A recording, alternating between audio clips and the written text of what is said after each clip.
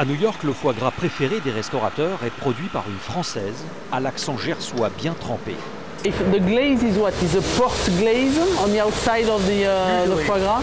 Ariane Daguin est la première productrice de foie gras aux États-Unis. Elle vient aujourd'hui goûter la dernière idée de ce restaurateur qui a réalisé une sucette à partir d'un foie frais. C'est de la pistache avec un peu de sirop d'érable. Comme quoi les Américains ils ont peur de rien et ils essayent des trucs et c'est pas bête. Pas bête parce que les Américains aiment qu'on les surprenne.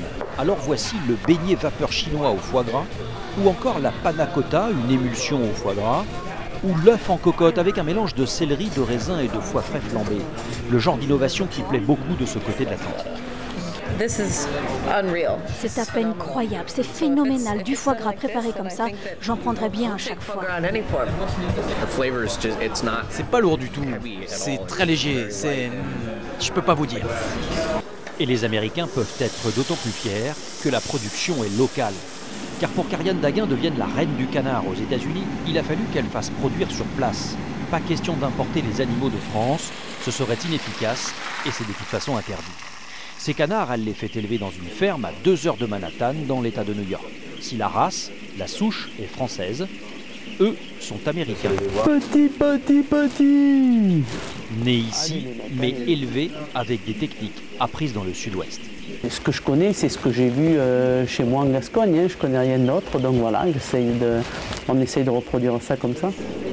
Ces canards ont même plus d'espace ici que dans les fermes européennes. Et contrairement à ce que l'on pourrait penser, ces moulards, la Rolls-Royce de l'espèce, sont enrichis et gavés aux États-Unis, et ce, malgré les interdictions qui pèsent dans certaines régions du pays. Grâce à sa société, ces produits se vendent même de mieux en mieux, par téléphone ou Internet. On the phone, come on. Good morning. Son entreprise emploie 130 salariés, chiffre d'affaires 50 millions d'euros.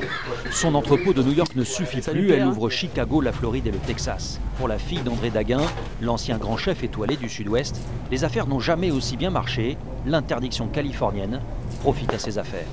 Aujourd'hui, on n'en a jamais vendu autant que depuis que c'est interdit en Californie, puisque la loi est mal foutue et que l'interdiction est de la Californie à la Californie. Alors nous, du New Jersey, on envoie tant qu'on veut.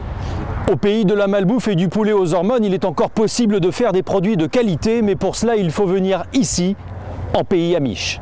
Car Ariane Daguin fait aussi élever d'autres volailles par cette communauté religieuse qui laboure la terre comme on le faisait il y a 200 ans. Cet ordre ancien et rigoureux interdit l'usage des moteurs, des insecticides, des hormones et des antibiotiques. C'est tout bénéfice pour notre productrice française qui veut mieux nourrir ses volailles en leur proposant des légumes au goûter. On a fait des dégustations à l'aveugle et c'est impressionnant, le même poulet au même âge qu'au grain et le même poulet, et ce poulet-là avec les légumes en plus, il y a une énorme différence. Des poulets ou des volailles mieux nourris pour tenter de changer les habitudes alimentaires américaines, un pari un peu fou à l'échelle du pays.